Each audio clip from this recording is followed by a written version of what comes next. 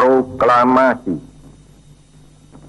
Kami, bangsa Indonesia, dengan ini menyatakan kemerdekaan Indonesia.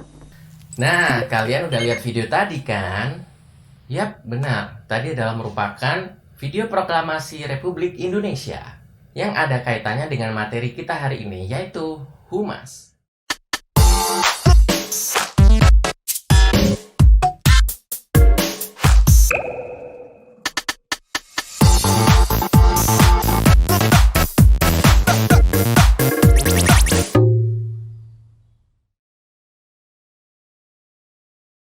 Hai adik-adik, perkenalkan nama aku Kak Syam.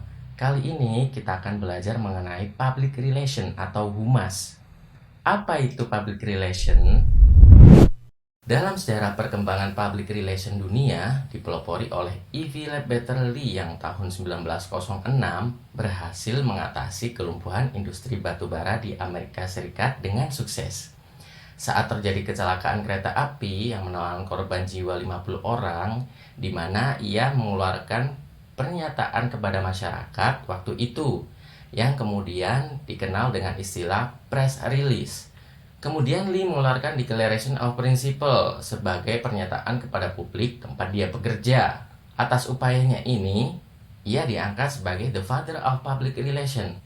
Perkembangan public relation sesungguhnya berhubungan dengan keberadaan manusia yang di dalamnya meliputi unsur-unsur memberikan informasi kepada masyarakat, mengajak masyarakat, serta mengintegrasikan masyarakat. Dan bagaimana pula perkembangan public relation di Indonesia? Humas di Indonesia mulai diakui pada tahun 1950 secara konseptual. Pada saat Indonesia mendapat pengakuan dari Kerajaan Belanda pada tanggal 27 Desember 1949. Kala itu Indonesia masih sangat muda dan tidak berpengalaman. Indonesia butuh bantuan secara materi dan moral dari seluruh dunia. Maka dari itu dunia harus mengetahui dan paham dengan kondisi Indonesia, sehingga dunia mau berempati pada Indonesia. Nah, dari sejarah tadi, tahukah kalian apa itu humas? Humas adalah usaha untuk mempengaruhi masyarakat melalui komunikasi secara timbal balik dalam rangka memperoleh kerjasama dalam upaya pencapaian tujuan perusahaan atau organisasi. Fungsi humas. Fungsi humas menurut Janalis Janait memiliki dua fungsi, yaitu fungsi konstruktif dan fungsi korektif. Fungsi konstruktif yaitu humas mendorong untuk membuat aktivitas atau kegiatan yang terencana, berkesinambungan, yang cenderung bersifat proaktif. Termasuk di sini humas bertindak secara preventif atau mengatasi. Fungsi korektif. Humas dapat mengatasi terselesainya permasalahan yang terjadi dalam organisasi. Fungsi ini sama halnya dengan seorang yang sedang sakit. Apabila orang tersebut sedang sakit, maka dibutuhkan obat. Nah, pepatah mengatakan mencegah lebih baik daripada mengobati. Nah, selanjutnya akan dijelaskan oleh teman kakak yang bernama Boni. Silakan Boni. Terima kasih Kak Syam. Nah adik-adik, setelah mengetahui definisi dan fungsi humas, dapatlah kita ketahui bahwa dalam tugas humas terdapat aspek-aspek di dalamnya, antara lain aspek layanan, aspek komunikasi, aspek kesetiaan, aspek produktivitas, dan aspek etika moral. Aspek layanan yaitu untuk mengatur, mengotomatisasi, dan sinkronisasi proses bisnis atau kegiatan perusahaan, juga layanan pelanggan dan dukungan teknis dengan tujuan menarik pelanggan atau klien. Contohnya, pada perusahaan dibutuhkan layanan yang baik agar klien tertarik dan bertahan pada perusahaan tersebut. Aspek komunikasi yaitu perubahan dengan memasukkan aspek komunikasi atau hubungan dua arah atau two-way communication. Contohnya, sebelum para karyawan perusahaan melakukan unjuk rasa kenaikan gaji, humas harus melibatkan semua staf perusahaan yang bersangkutan untuk mencegah aksi umpan balik. Aspek kesetiaan mempengaruhi pelaku orang secara individu maupun kelompok saat saling berhubungan. Contoh, menjaga suatu rahasia perusahaan oleh pegawai dan karyawan demi kelancaran jalannya perusahaan. Aspek produktivitas.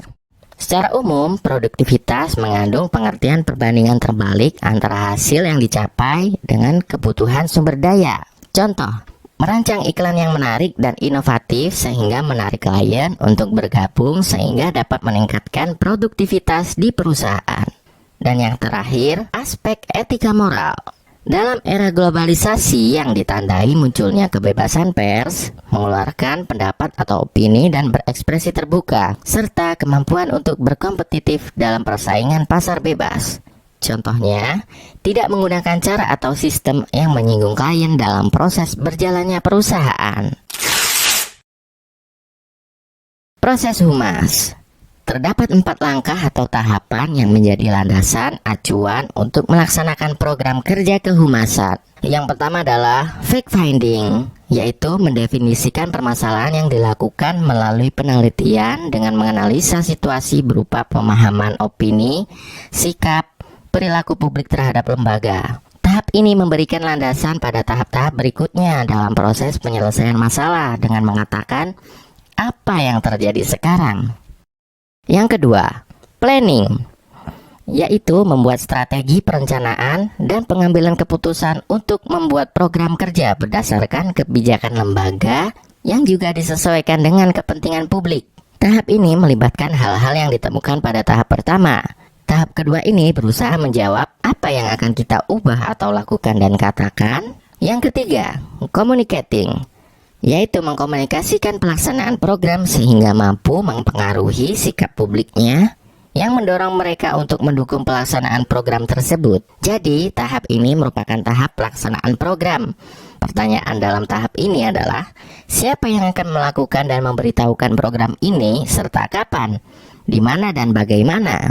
Dan yang terakhir adalah evaluating, yaitu tahap melakukan penilaian terhadap hasil-hasil pelaksanaan program dari perencanaan, pelaksanaan program, sampai keberhasilan atau kegagalan yang terjadi pada program tersebut. Manfaat humas. Menurut Frank Jeffkins, manfaat humas adalah yang pertama, manajemen krisis. Dalam beberapa masa belakangan ini, hampir semua organisasi pernah mendapatkan krisis hingga kalangan pimpinan dan pihak manajemen sadar mereka membutuhkan persiapan untuk mengatasi hal ini. Oleh sebab itu, tiap organisasi harus membentuk tim manajemen krisis yang permanen. Yang kedua, penerbitan desktop. Sistem penerbitan desktop sebenarnya sangat bermanfaat, namun lebih membutuhkan operator yang mempunyai dedikasi dan waktu editor dibanding metode editing konvensional yang masih menggunakan kertas. Yang ketiga, identitas perusahaan. Tugas ini ditangani staf humas karena menyangkut semua aspek organisasi secara menyeluruh dan menjadi bagian terpenting dari semua komunikasi yang dijalankan organisasi. Dan yang keempat adalah hubungan parlemen. Dalam hal ini, hubungan yang dilaksanakan secara langsung maupun dengan perantara konsultan khusus dengan pemerintah, parlemen, dan birokrat. Tugas kalian sekarang adalah coba analisis unsur humas apa saja yang terdapat pada video proklamasi tadi. Kemudian kumpulkan pada guru atau orang tua kalian dan diskusikan hasil dari analisis tadi. Selamat belajar! Nah, kalian udah paham kan apa itu public relation atau humas? Semoga video kali ini bermanfaat dan jangan lupa belajar di rumah terus ya. Sampai jumpa di video selanjutnya. Bye-bye.